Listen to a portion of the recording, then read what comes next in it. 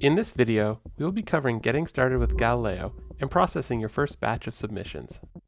The first thing you need to do is open Galileo.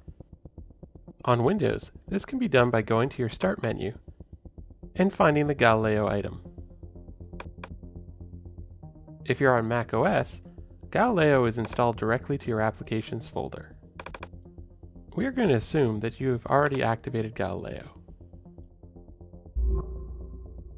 When Galileo starts, you will be presented with the process screen. On the left is the primary menu. The process section is the default view when you open Galileo. It allows you to select and target a folder for analysis. The Preferences section is where you can configure program-wide settings for Galileo. We'll cover more on that in another video. The Update section is where you'll be notified if there are any updates available. To start processing files, you simply need to point the target folder to a directory containing your submissions.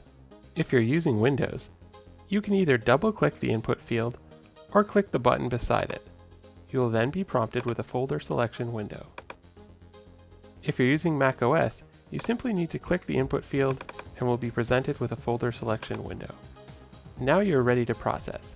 Click the Process button and go get that coffee.